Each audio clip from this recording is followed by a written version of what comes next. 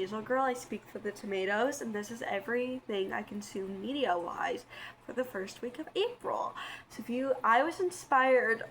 I'm completely blanking her name. Her name's Lindsay. I think Lindsay Diaz. I'll put her in the description. I'll also put her right here. I was inspired by her on TikTok. She did this, and I was like, that's so cool. I want to do that.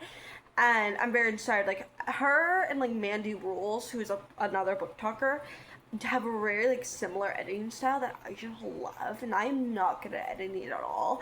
So, like, I want to be like them. I just learned what an overlay was, and that's how you, like, attach photos to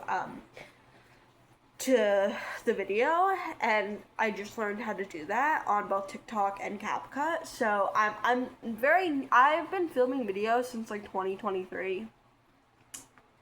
I am so bad at editing, but we're trying. So I was inspired by her, and the editing style is also inspired by Mandy Rules. And I wanted to talk about the media I consumed this week. I was really looking for inspiration when I started filming these videos, and like nobody else is doing it but Lindsay, so shout out to her. I really love this concept. I hope she doesn't mind me borrowing it, but I think it's really fun. And it's also fun because I don't see a lot of people, I don't consume like the most popular media. You'll see, but I definitely don't consume like super popular media. The most popular thing I consumed recently was Project Hail Mary, and I didn't like it. If you want to hear my opinions on that, I do short form versions of these on my TikTok at Tomato Basic Girl. Hello, I'm Tomato Basic Girl. I speak for the tomatoes. I already said that, but so if you want to go hear like my short form opinions on these, I have those on my TikTok. But this is my long form opinions. I love the rant. I love to ramble. I'm a yapper. I'm gonna try to keep this video between 20 and 30 minutes. Knowing me though, that's probably not gonna happen. But yeah, so I'm gonna switch up the format maybe isn't the right word, layout, I don't know, of these videos, depending on like what I'm most excited to talk about, or just like what I think fits best. So how I do these, Lindsay does it in a similar way where she breaks it down into categories, so movies, TV, music, books. And I broke it down, but every week it will change which one I do first, which one I do last, because that's just how I want to do it. I'm not going to stay consistent with that, and I'm like okay with that. That's how I want to do it. I was originally going to do it by like on Saturday, on Tuesday, but I just think it's better to do that. However, in the end of this video, I might go through and tell you every day what I watch, just because, I don't know, you might find that interesting. I consumed actually a lot of media. I consumed 8 episodes of a TV show, 4 movies, 1 book, and 1 album. So this is a little off topic, so I won't talk about this for too long. I have ADHD and autism, and I really struggle with task paralysis. I didn't know it was because of my ADHD until I started seeing a new therapist. She's incredible. I see her today, very excited. And she was like, yeah, no, the reason you are like, oh my god, I don't know what to do, there's so much I want to do, I don't know what to do, and then you just sit there and do nothing, just go on your phone, that's because you have ADHD. And I was like, oh my god, wait. Shut up, no way. So, I've been doing a lot better, and it is really nice to, like, media is, like, the most important, my hobbies and my media are, like, the most important things to me. I am unemployed currently. Yes, but I'm starting college in the fall, and I'm working to get a job, and my ultimate goal is I would love to be a librarian or to work in a bookstore. That's like my dream job. But my true like shoot for the moon dream job is I want to be a full-time author. I'm currently working on a poetry collection and a collection of essays, and also my debut novel. I do a lot of different writing. I'm trying to get back into writing, but it's hard to keep. I also would consider myself an athlete. I did cheer in high school for a little bit, and I still love doing cheer dances, and I'm currently working on my pike jump. If you don't know what it is, I guess I can insert a photo. This is what a pike jump is. Yay! I'm trying to do that. It's terrible. I suck at it. I have really good kicks, well, at least with my right leg. I don't know anybody who kicks with their non-dominant leg. Anyways, I have really good kicks with my right leg. I can't jump for the life of me. So I do consider myself an athlete, but I'm like not an athlete in a traditional sense. I'm not like a gym bro. I just do weird shit that like is athletic. You know. But I just wanted to share real quick two of the things. Oh, don't look there. Two of the things that have been helping me a lot is I've been writing out, this is just for the ADHD girlies. I've been writing out my to-do list on a separate piece of paper, so not in my journal. Sometimes my problem with the journal is like, I love journaling. I journal a lot, but like the problem is like once I get like halfway through the journal, I'm like, there's so much going on in this journal. It's so hard to look back in. So the only time I write down my goals through the journal is twice every week. I do it in my media journal. This is my media journal. I do track all the media I watch, and I also like review it, which is really fun. I do really enjoy that. So once a week on Sunday, I'll write down my weekly goals, and then on Wednesday, I'll revamp it and see what's working and what's not working. But for daily to-do lists, just so everything doesn't get too cluttered, I write it down on a separate piece of paper. I do keep the papers. I just think it's fun too. Maybe I'm a hoarder, I don't know. But the way I write it is I fold it in half. In the first half, I write my 3 non-negotiables right here, and then I break it into categories. So my categories are job/clean, so that would be like applying to jobs, cleaning my room. Athletics, so that would be my pike jump and also my cheer dances. Writing, I'm trying to make a writing ritual. I'm trying to get back into creative writing. I kind of took a step back from it, trying to get back into this, so I'm trying to develop a ritual and work on whips. And also reviews for the media I'm watching, and then the media I want to consume that day, and then social media, the stuff I want to post. And then for the bottom half, I break it into smaller to-do list, and I also time myself. So like I'll time when I make the to-do list and when I finish the to-do list. And it's been very helpful. Another thing, this is not sponsored. I have 2 subscribers. If you think this is sponsored, you're insane. I use the Finch app. My therapist recommended it to me. It's basically you have a little bird. They call it a burb. And you just like watch her grow. But she grows by like you completing tasks. So you do like a little quiz in the beginning that like stuff you want to work on. And then every day gets you like 7 small tasks, like brushing your teeth, getting out of bed, washing your face. It varies between person to person, but like those are some of mine. And you complete those. I'm gonna be honest, I don't ever do the 7 small tasks. I just say I complete them and then I move on with my day. Because after you complete those tasks, you get to choose your own task. And it's very helpful. And it's really nice to have a physical thing and also a non-physical thing. I find it very helpful. So I do recommend those. I just want to talk about those real quick. My cleavage is like all the way out. Don't look there, okay? Don't look there. But anyways, that was my little side ramble. If you have ADHD and you think this might help, I suggest doing it. And again, the fun thing about a to-do list that like is physical, you can completely customize it.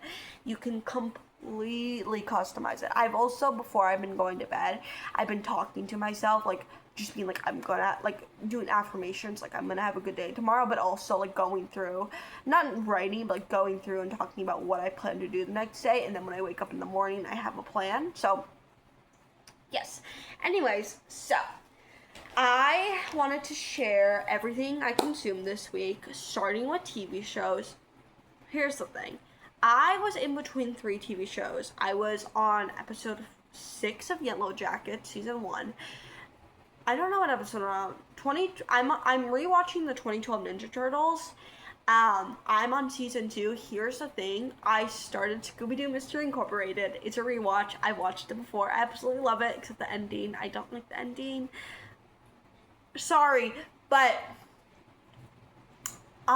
since it's so short and since it's so bingeable, I think I'm just gonna focus on Scooby Mystery Incorporated and kind of just take a step back from TNT. I know this is like a weird thing to make a big deal out of. It makes me very sad to take a step back from TNT. I just can't do both at once.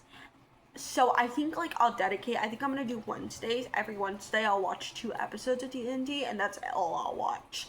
But every single day I want to watch 2 episodes of Mystery Incorporated. So if I have time, by all means, I can watch TMNT on other days. But I absolutely have to watch TMNT. That's gonna be one of my non-negotiables on Wednesday. I absolutely have to watch TMNT on Wednesdays. If you're like, why do you make such like a big deal? It's how my brain works. Okay, I get very stressed out over media. It overwhelms me. Even children's media. That's why I mainly consume children's media, because I get so overwhelmed by media. So I need to kind of force myself to watch things.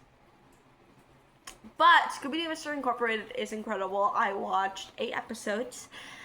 I'm on season 1, episode 10. So I watched from episode 2 to episode 9 of season 1. It is so chaotic and so incredible. I am fully back into my Scooby-Doo era. How it started was I was like walking around the library and I was like, oh, I'm gonna get DVDs, which by the way, every single movie I watched it on the DVD player. Yeah, I watched it on DVD. Why did I say that so weird? I don't know. But I watched it on the DVD, babe.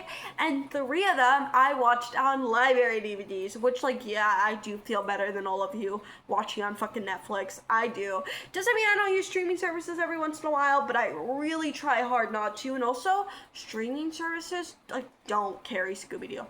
Here's the thing. I'm not going to tell you the pirate. How do you say that word? Pirate? You know what I'm saying. You don't need me to spell it out.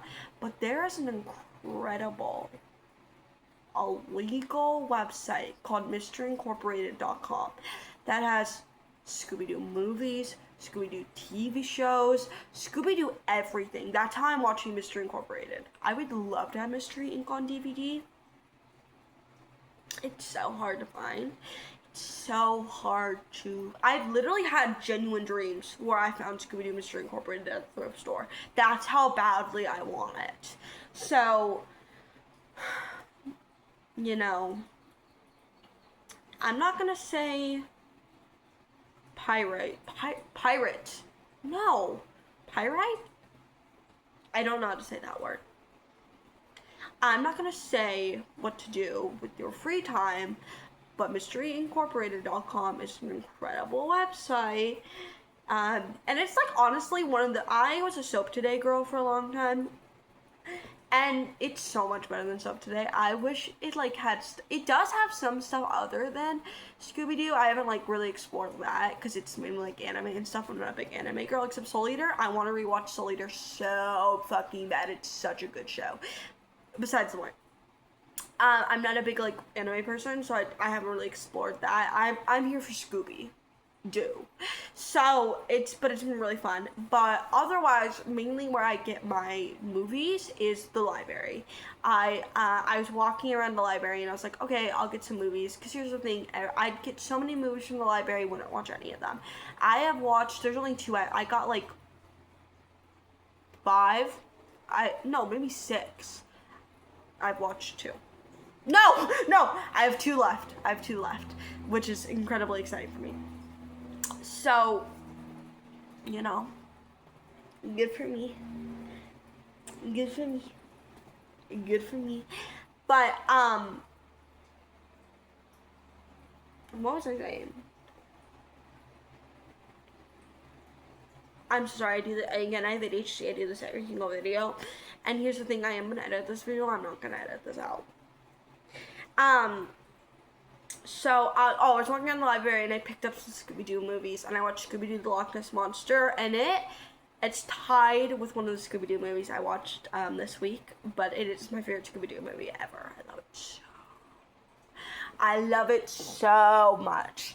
So now I'm in my Scooby-Doo era, so I started rewatching Mystery Inc. Mystery Inc. is so messy. Fred is a himbo. Fred's a himbo. He is genuinely, like, so stupid. I love him so much. Fred and Daphne are my favorite Scooby-Doo characters. Actually, here's the hot take. I love Fred. I love Daphne. I love Velma. I also love Velma. I really do. I hate Shaggy and Scooby. I hate Shaggy and Scooby.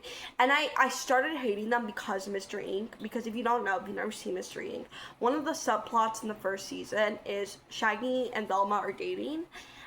They don't end up together. Fred and Daphne do, which is very cute because they're very cute together.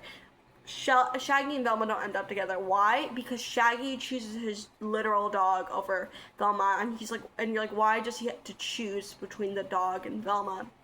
Ask Scooby. Don't ask me why Scooby gives a fuck that Shaggy is dating someone. And what annoys me even more is in season 2, Shaggy wants to date a girl. He like actively pursues this girl, and Velma's just sitting there like, oh, so you wouldn't choose me over the dog, but this random chick you just met. Okay, I see how you play. What's Shaggy's full name? If I knew his, it would be a lot funnier if I knew his full name. Unfortunately, I don't. Anyways, that was when I started hating Shaggy and Scooby, and now I really hate Shaggy and Scooby. I can't stand. I love Scooby-Doo. Can't stand Shaggy and Scooby. They genuinely infuriate me. I think the only time I really enjoy Shaggy and Scooby is in the live actions, which I do. I do have both live actions on DVD, and I do plan to rewatch them. Because I've seen both of them, but I do plan to rewatch them. Shaggy and Scooby aren't annoying in that one, in those ones I feel, but otherwise I hate them. I genuinely hate them. So like, Scooby-Doo movies that are heavily Shaggy and Scooby, can't stand them. I cannot stand them. I hate them so.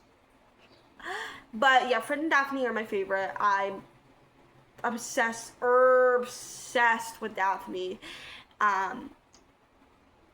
So yeah, love that. Love Scooby-Doo Mystery Incorporated. It's so much fun. If you haven't watched it, I generally do. It's like, I don't know. I think there's 26 episodes each season. No, maybe. I think there's 26 episodes each season. There's 2 seasons. The ending's kind of shit, but it doesn't like ruin the show. It's still like a really enjoyable show. And even though I didn't like the ending, I didn't hate it. It didn't like take away from anything. So yeah, I highly recommend it. Next, I finished one book. I finished it on last Monday, a week ago. And I started another book, which I wanted to finish last week. I wasn't able to. I finished The Deep by River Solomon. I started and finished it all in the same day because it's only 4 hours. I exclusively basically listen to audiobooks. I'm trying to get back into physical reading. Here's the thing. I have a lot of audiobooks right now. Girl, I am so sorry. I'm not gonna edit it out. I have boobs. There's nothing I can do about it. If you're gonna be weird and creepy, you're gonna be weird and creepy. I have boobs. I'm allowed to have boobs. Anyways, I exclusively listen to audiobooks, and I'm trying to get back into physical reading, but I only listen to audiobooks through my library. I couldn't afford to listen to them otherwise. So, I have a lot of available on my library now. If you don't know, if you've never used, the app is called Libby. I highly recommend get a library card and, like, use it. And use the Libby app. And if you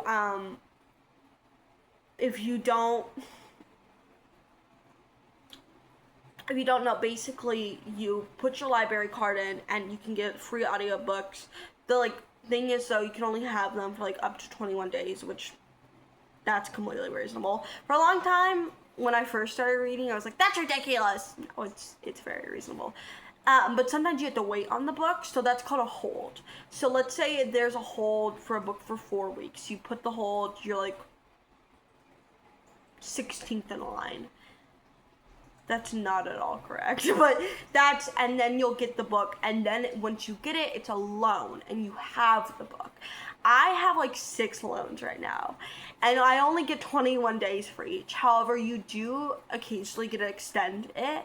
Not always, but sometimes you can extend it for another 21 days. Once it hits the 3-day mark, when you only have 3 days left of it, you can extend it for another 21 days.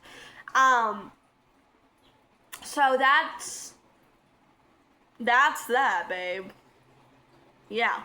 So I exclusively listen to audiobooks just because, I don't know, that's what works for me. If you don't think that's reading, I don't want you here.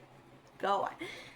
But I listened to The Deep. It filled me with so much dread listening to it, but it left me with so much hope, is the way I describe it. It genuinely, like, I forget the main character's name. I'm sorry, I really struggle with names. I don't know characters' names. I'll be like 75% through a book. I don't know any of their names. I don't know a single one of their names. And that's just, that, again, if you're like, that's ADHD, babe. I know, I'm aware. But,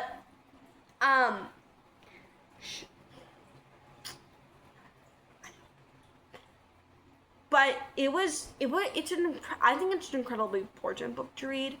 I think it touched on the topic of like loneliness and belonging and community so well. It's also like by far the most unique book I ever read. To not like say too much, it's basically about these mermaids who were overthrown African slaves from I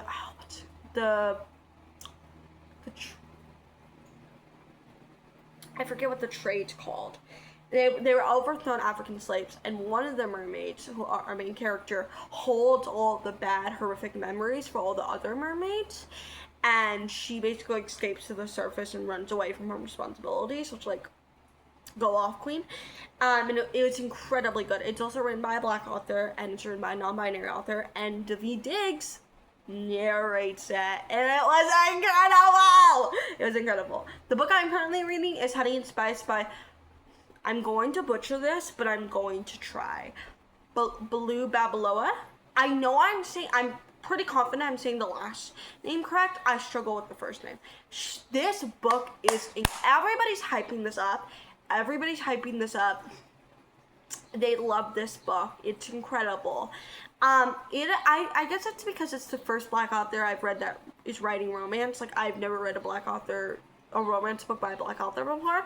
It is so good. It just, like, the way she talks about, like, female like, woman-on-woman relationships, not, like, queer and woman-on-woman relationships, not that there's a problem with that, but the book is straight.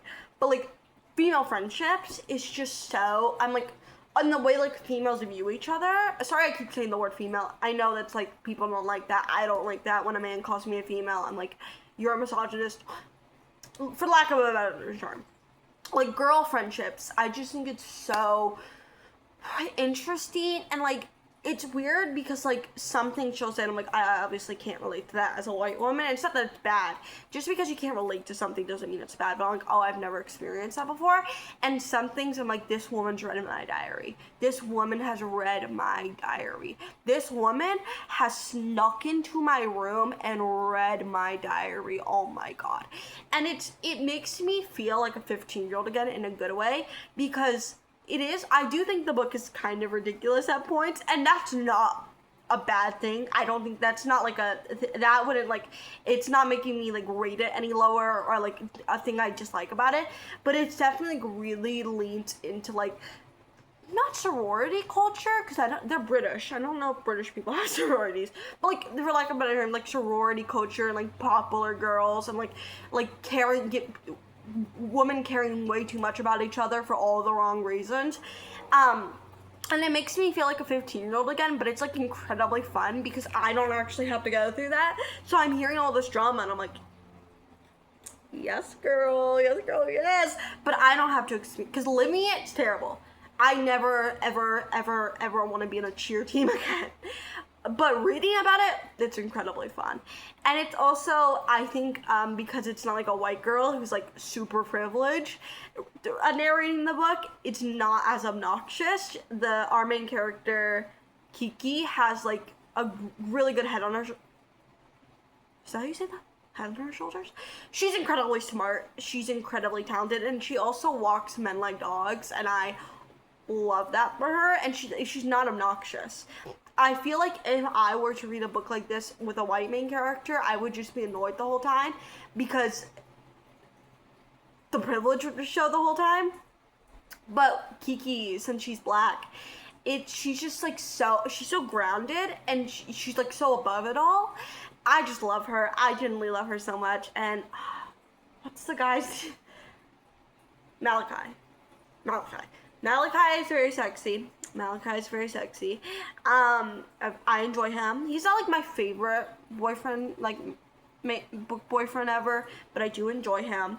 I also enjoy Kiki's best friend. I'm completely blanking on her name right now. Really love her. Their friendship is so fun. Because her best friend just calls her out on all her bullshit, and it's incredibly exciting.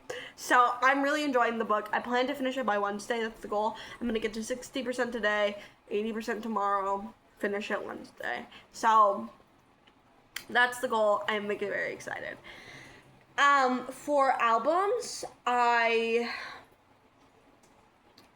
my god, I put it in exact order. No, I didn't. I thought I did. Never mind. For albums, I don't listen to a lot of music. Here's the thing, because I listen to audiobooks, I kind of sacrifice all of my music time for audiobooks. So I'm trying to slowly get back into music, but it's not like a priority for me. However, my favorite artist, if you take anything away from this video, take that you should go listen to this artist. Jensen McCrae, she is such a good voice, such good lyricism. She's incredible. And her sophomore album, I don't know how, but They Found Me, is my favorite album ever currently. I love it so much. It helped me through a dark time in my life. So I re-listened to it, and it was incredibly fun. I loved it so much. I loved every second of it. It feels so cathartic. I'm dyslexic. Cathartic. You know what I'm saying? It feels so validating listening to her music and being like, yes. It's so validating. I was literally like singing along in the library, not like singing out loud, but like, mouthing. And I loved every second of it. It's incredible. Just every single song in the album is incredibly good. You might know Savannah. You said you'd raise our kids to end up just like you. Wait, how am I forgetting the line? Well, you're a false prophet, and that's a goddamn promise. Oh, and I want to go listen to it again right now. If I weren't filming a video, I'd go listen to it right now. I love Savannah. Honestly, I love all the songs. Massachusetts might be my least favorite though, just because I am not there yet. I feel like I go through stages of how I measure if I'm over the thing I think about when I listen to this album is what song I relate most to. Currently I'm on Praying for Your Downfall.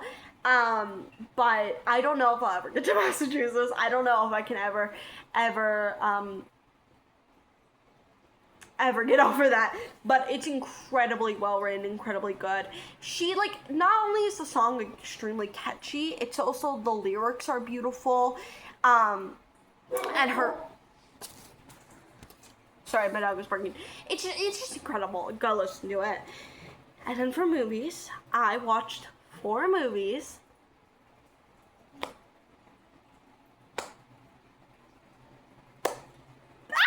So here, let me tell you. I watched 2017 TMNT. It is my favorite Teenage Mutant Ninja Turtle. I got it on DVD finally, and then I broke the DVD. I did get to watch it first though. That was nice, but I broke it.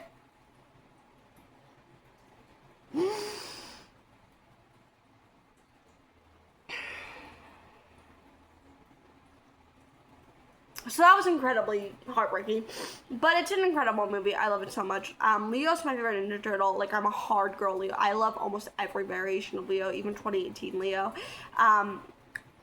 Which 2018 was it's a very unique version of the Ninja Turtles, and especially Raph and Leo are very different than how they usually are.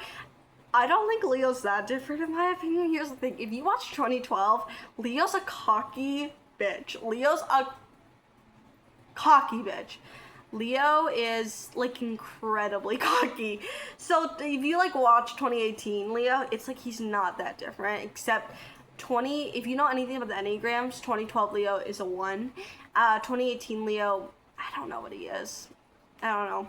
But 2012 Leo is like super obsessed with like being a perfect leader, and 2018 Leo is like obsessed with being the perfect asshole. But otherwise, they're like the same person. The Raph is very different from 2018 and 2012. And I do think I prefer 2012 Raph, but I don't dislike 2018. I like 2018. I know a lot of people, like OG like Ninja Turtle fans, don't like 2018. I think that's stupid. 2018 is incredibly fun. And it got so screwed over. I wish it was longer. It makes me really sad that it wasn't. It's incredibly fun and incredibly exciting. And it is crazy to me, though, because 2012 ended in 2017. 2018 started in 2018. I'm like, y'all didn't let us grieve. The newest Ninja Turtle variation, I don't know if there's a show yet. There might be.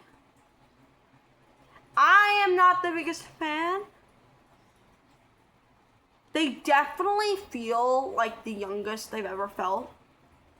In my opinion, they feel like children. Not that like 2012 didn't feel, but they felt like teenagers. The newest one, is it 2024? 2024, they feel like literal 12-year-olds, and that's fine. It's just not something I'm interested in. It's, you know what. But I love Leo so much. He's my favorite Ninja Turtle. I was actually a Donnie girl growing up, and I switched over to Leo because I had a crush on him. I was 16, and I was watching the Ninja Turtles. You're like, why were you 16 and watching the Ninja Turtles? I was going through it, okay? It was a hard time. And I became incredibly attracted to 2012 Leonardo, and I was like, I want to kiss this turtle, give him a little smooch. I want him to be my boyfriend, you know, hold hands in public, which is better because he's in love with his sister. And you're like, what? Yeah, Karai, spoilers, Karai Splinter's daughter, they're siblings.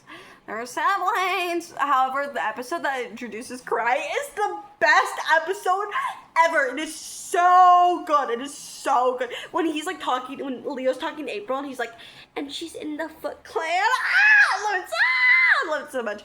But yeah, 2012 Leo is my favorite Ninja Turtle. And then, I do love 2007 Leo. The scene he's introduced in 2007 when April falls through the vines and Leo catches her. I'm so gagged. Oh my god. This is what I mean, but like, you know what? Maybe most people aren't rewatching the Ninja Turtles. Maybe that's like not what's popular right now.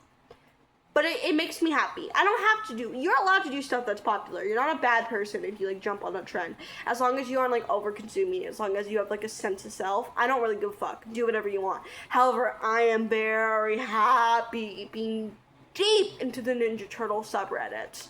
That's where I belong. That's where I belong. Anyways, 2017 Minty is the best Ninja Turtle movie. However, I will say the 2018, I don't know if it came out in 2018. The movie for the 2018 Turtles is also very good, and I do want to rewatch it. I do want to rewatch the 2018 Turtles, but I'm probably going to do it after I finish 2012. But that movie's also extremely good. It's hard to compare because they're so different. So like if somebody likes that one over 2007, I'm not hating. But for me, 2007 is my favorite. I love the 2007 Turtles. Love 2007 Turtles. Then I watched 3 Scooby-Doo movies. I'm in my Scooby-Doo era. I love Scooby-Doo so much. Genuinely. Again, like our other 19-year-olds watching Scooby-Doo movies rented from the library. Maybe not. And it doesn't mean I'm better than other 19-year-olds who are like doing normal 19-year-old stuff. Here's the thing. I can admit that I'm kind of weird, and like when my parents, when people are like, so what's Alexis into? And my dad has to be like, Scooby-Doo. And then his coworkers are like, isn't she a grown adult? And he has to be like, yeah, she's currently rewatching the Tinkerbell movies. I understand it's like, I understand I'm a little weird. However, here's the thing. If you're like, this conversation doesn't matter, just talk about media. This is an important conversation. I will never think I'm better than other people who are more basic than me or who have more popular interests. The only time I think I'm better than someone is when they have no they have no sense of self, because I think that's sad. It's not that I think I'm better than them, I just think that's sad. I think if your only personality is what's popular, if you only buy things that are popular, I think that's sad. I do think that's sad. And I do think it's fun to have hobbies and interests that aren't super popular. However, I know how incredibly exciting and fun it is as a community to obsess over something that is new, that is currently coming out, that has just come out, and like the whole community is freaking out about it. I know how exciting that is, and I'm never going to judge somebody for like wanting, again, like this might be a little random, but my dad's a lifelong Pittsburgh Penguins fan, which makes me a lifelong Pittsburgh Penguins fan. And I would never, if the Pittsburgh Penguins won the Stanley Cup, I would never judge young girls for like being like, well, you know what, now I want to watch the Pittsburgh Penguins. That's incredibly exciting to get new people to watch the Pittsburgh Penguins. So I don't want you, when I like make jokes, like I'm kind of an abnormal 19-year-old because I don't have a social life, it's never because I think I'm better than other 19-year-olds who have prioritized different things than me. I want to make that very clear. I don't ever want to be a pick-me girl. I am not judging you. If you're super into makeup, if you're super into hair, fashion, girl, pop off. Go ahead. Like, you don't need my permission. You are absolutely allowed to do whatever you want. Just don't be mean to other people. Don't judge me for screaming over 2012 Leo, okay? Don't judge me, and I won't judge you. You know what? I won't judge you. It's incredibly important, I feel, to have niche interests that isn't super popular, because it's what makes you you. However, if you have a popular interest and you only got into it after it got popular, that doesn't mean you're a fake fan, and that doesn't mean you're annoying or a pick-me girl. That just means that's what you like. Okay? So, again, I will make jokes about how I'm kind of an abnormal 19-year-old. Doesn't mean I'm better than any other 19-year-old. Doesn't mean I'm better than any 19-year-old. Just because other 19-year-olds prioritize their friends and their social life doesn't mean they're better than me. Just because I prioritize physical media doesn't mean I'm better than them. Okay? I just want to make that very clear. I truly don't think I'm really better than anybody other than conservatives. Okay? So, other than Trump voters, people who voted for Trump, I am better than you. I am better than you. Otherwise, not better than anyone. Okay? So, just to be very clear. However, I do think I'm a very unique 19-year-old. And let's talk about the Scooby-Doo media I consume. So I started off the week watching Scooby-Doo Speed Demon, which is a WrestleMania, but it's not like about wrestling. They're like driving cars. This was good. The way I like rate my Scooby-Doo media is like it has to have a certain level of unhinged. Like, Mr. Incorporated is the perfect level unhinged. Like Daphne in one of the episodes, she was like, oh, you know, when we have family dramas and my mom starts sleeping outside in the backyard, we just send her away for a little bit. And I was like, Daphne, you can't say that. That's the type of, like, that's what I mean. So this was really fun. I really enjoyed this. Some of the wrestlers were really fun. Then I watched Scooby-Doo WrestleMania. I didn't like it. I feel like Fred, Daphne, and Velma had no personality.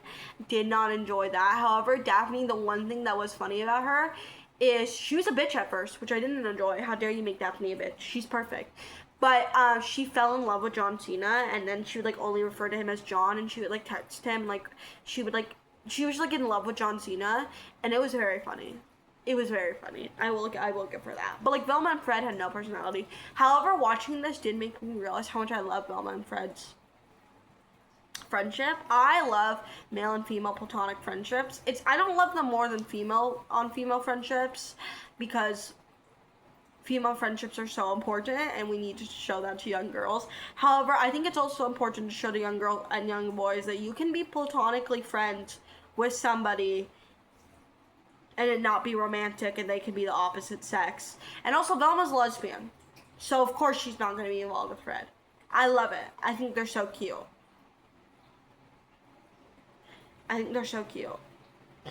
Also, in Speed Demon, Velma and Daphne were so gay for each other.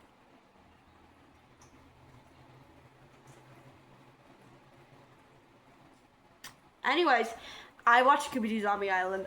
Oh my god, it was fucking incredible. I did not expect to like it that much. Here's the thing, I'm an old Scooby-Doo hater. I don't like when my animated TV shows look old. I don't. I like newer animated stuff. Again, the farthest I'll go is 2012 TMNT, because that doesn't look old to me because I grew up on it. I very rarely watch stuff that came out before I was born. Very rarely. This was incredible.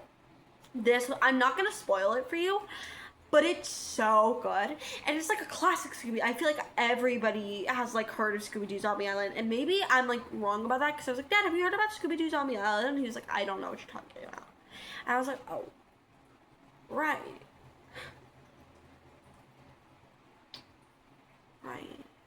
But I loved it. It was incredible. It's now one of my favorite Scooby-Doo movies. I'm definitely gonna rewatch it. I want to own it. Oh, I wanted to show you. I have 2 of the DVDs. These are rented from the library. This is WrestleMania. This is the one I thought was okay. All the Scooby-Doo movies DVDs look the same, even like old ones. It's like always like one color, and then like, you know. They all look like that. You'll see when I show Zombie Island. This is Zombie Island.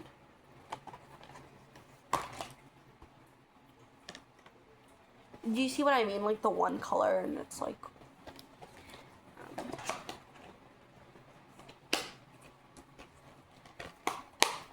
It's so fun. It was generally incredible. It was probably my favorite thing I watched all week. I loved it.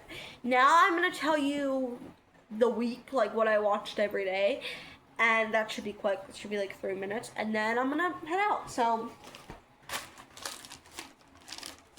let's go.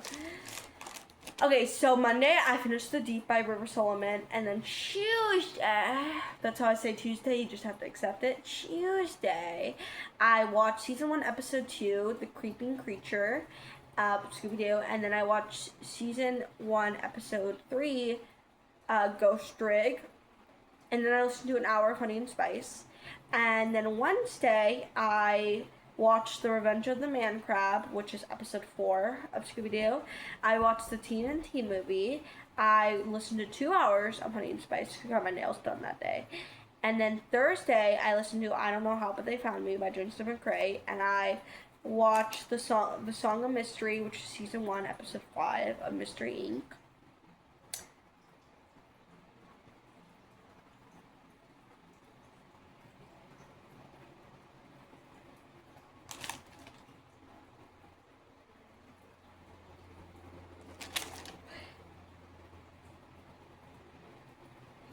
I made a mistake. Then also Thursday, I watched The Legend of Alice May, which is episode 6, and The Fear the Phantom, which is episode 7. And then Friday, I watched nothing because I literally slept the whole day. I don't want to talk about it. Saturday, I watched The Grasp of the Gnome, which is episode, I believe, 8. And then I watched The Battle of the Humongous, which is episode 9 of Scooby-Doo Mystery Incorporated. And then Sunday, I listened to an hour of Honey and Spice. I did a double feature. I watched Scooby-Doo WrestleMania and Scooby-Doo Zombie Island. And that is everything I consumed this week. Thank you. I hope you enjoyed.